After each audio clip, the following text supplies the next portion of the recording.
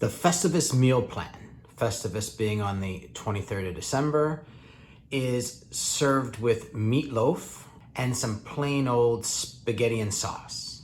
So we're gonna actually prepare spaghetti sauce using the carrot and the onion, and the most simplest of all meatloafs, the Stovetop meatloaf, with just basically 4 ingredients. You got the eggs, you got the beef, you got the ketchup, you got the Stovetop, and some water. That's it. It's gonna be that simple. Let's get this started.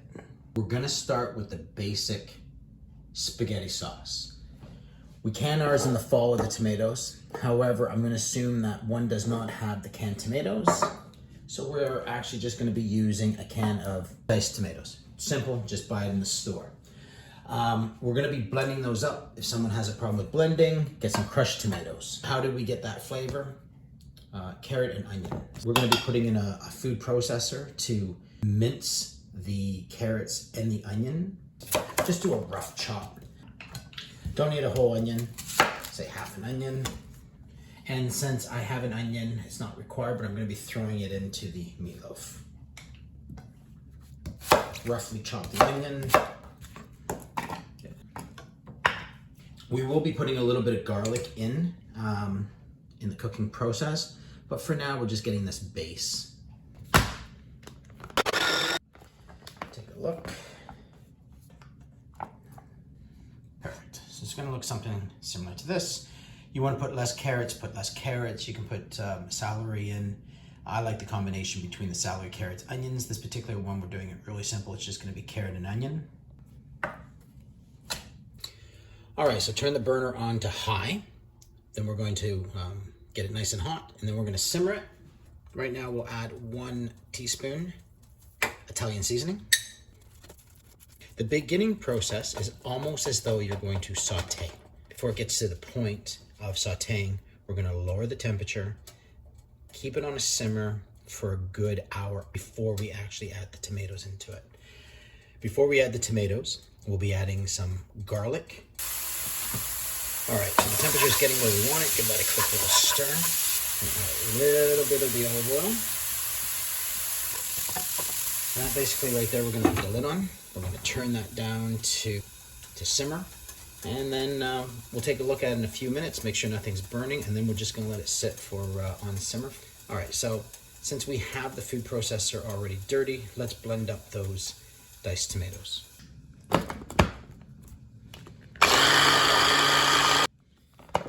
Do it. Hello, Luna. Oh, where is she? Can't see her. Let me go. There she is, making her grand entrance. Making sure everything's okay, quality control wise. All right, so we'll pour that in, and then let's just do it for the majority of the can.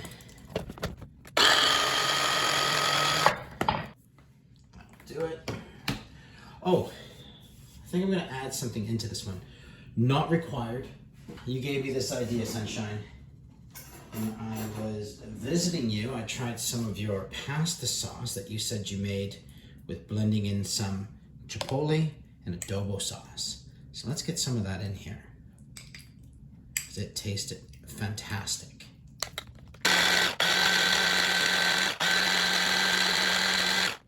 That should do it. And let's just get this sauce in here.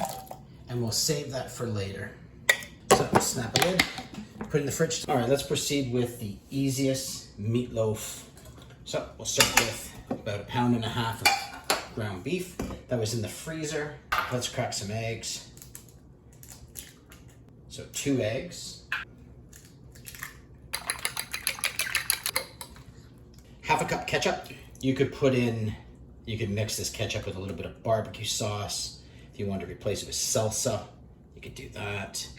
You could even add you can add anything into this. You could add jalapenos so say you did salsa with a little bit of jalapenos to give it more of a Mexican flavored meatloaf. The onion, the other half from the onion that we used in the spaghetti sauce, we'll throw into the meatloaf. Oh, that's still frozen. I thought there was enough time that it thawed out. All right, I'm gonna be adding water with half a cup. The chili peppers that were in the adobo that I have taken out of the can, and put into a glass container. I'm actually going to take the remnants out of that. So the water is going to be flavored with a little bit of the adobo sauce that's remaining in this tin. Just get out all that goodness. So there's half a cup. Optional, if you have it, I like to use it. A few splashes of Worcestershire sauce. And then the star of the show, 1 pack Stovetop. Pick this up at Thanksgiving or Christmas when you get them for like 75 cents a box, and just buy a few and then you can use them throughout the year. I'm gonna put a lid on it, let that sit in the fridge until you're ready to cook. All right, that's close to 45 minutes into the process. That should be sufficient. Now all we're gonna do is pour in the blended tomatoes and let that simmer. Turn up the temperature to high. Now what I could have done before I put in the sauce, I could have cut up a clove of garlic, got it nice and hot, and just as that fragrance was being released from the garlic, throw in the tomatoes to stop that process and capture the flavor of the garlic. I'm going to be throwing in garlic powder into this one. I'm going to put in a heaping teaspoon of garlic powder. Let that simmer. Well, it's going to come to a boiling point. Just before the boiling point, we're going to then simmer it down. We're going to let that simmer for a good over an hour. Let's turn that down to a slow simmer. I'm going to put that on. That's about a little over an hour that it's been simmering away. I'm going to take this opportunity now to put 2 teaspoons of Italian seasoning. We'll have that just simmering away for the next half hour with the lid on, after which we'll turn the sauce off. Still to be added is a little bit of salt, but we'll taste it in about a half an hour and see how much we should add. This has been turned off for a while. I've just turned it back on. We're going to bring up the heat a little bit and then we're going to simmer it. I'm going to taste it to see if salt needs to be added. When we can our tomatoes in the fall, I put salt into the canning process, so they don't usually require me to add any more salt. All right, let me bring that down to where it can simmer. Add a little bit of salt. Oh, that splatters really fast. Let's get that temperature down. And throw in some fresh, well, not fresh, what was basil from the garden. A little bit, that will rehydrate in the sauce. And I'll let this simmer for a half an hour. I'm gonna transfer what's been sitting into the bowl into the meatloaf pan. I'm gonna just grease this meatloaf pan. So just a little bit of olive oil. You can use butter. Let's just take out the beef, meatloaf mixture. Okay, pat that down firmly. I have the toast, I have it preheating at 450. I'm going to turn it down to 350. It's on bake. I put it in there for a half an hour. It should take about 45 to 50 minutes to cook. All right, so that's 45 minutes. Let's take a look. Looks good. We'll get that on a plate.